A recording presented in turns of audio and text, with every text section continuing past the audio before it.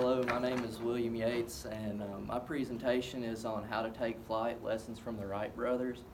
I thought that the Wright brothers were one of the more important things I learned from this class, and how that we can apply their lessons to our lives and our businesses to propel them to the future, to make new leaps, new innovation, and to boost our creativity. I think that they just were outstanding men who put time and effort into what they did, drove this world to new heights, and they are absolutely some of the coolest Americans I think that have ever lived. One of our things that we have to think about when we look at the Wright brothers is how they surrounded themselves with support. They always had books out, they always had people, the resources at their hand. Now, of course, they lived in Dayton, Ohio, which at the time was a big industrial place. They had things moving. You know, here in Harnett County, we're not far from Raleigh, but we still have options to surround ourselves with these support options like Raleigh. You have Mr. Kelly has given us so many great options that we can go and view. Greensboro is just right down the road. Knowledge is power. The Wright brothers grew up in a home where they had constant access to books. When Wilbur was looking into aviation, he contacted the Smithsonian.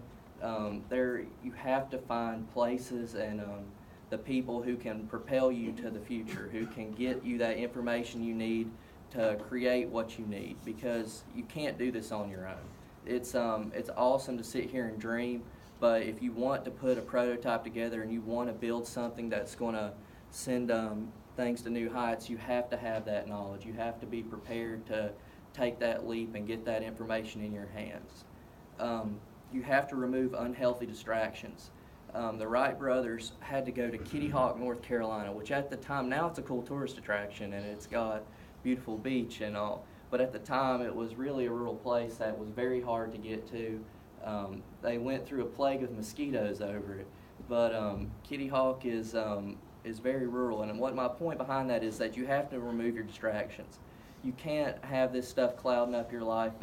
When you're trying to build a project and you see all these new things coming about, you kind of just got to put that aside. You've got to go to your place where you can work. You've got to be prepared to remove those distractions. You have to work hard and never give up. The Wright brothers failed many times when they were going to build that airplane. When they were going to build those gliders, they wrecked. It was honestly very dangerous what they were doing. They could have died. I'm not saying that like you should risk your life for what you want, but you definitely have to be able to take risks. And sometimes, a lot of times that's financial risk in your business. But you can definitely be prepared to do that. There's ways to do that. There's organizations out there that will help you if you're going to start a business and prepare those to not lose financially. You can do it successfully. There are ways that is done. You have to be realistic in your goal setting.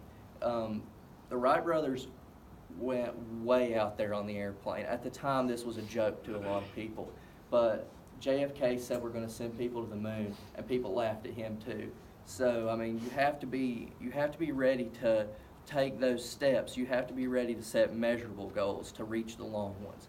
You have to have short-term goals. You have to get moving. We've all had dreams. We've all had thoughts, and it just turns into nothing when you don't take that first step and you don't move to achieve them. You have to be realistic. You have to set goals that you can achieve to reach those ones you set further down the road. Thanks, guys. Thank you.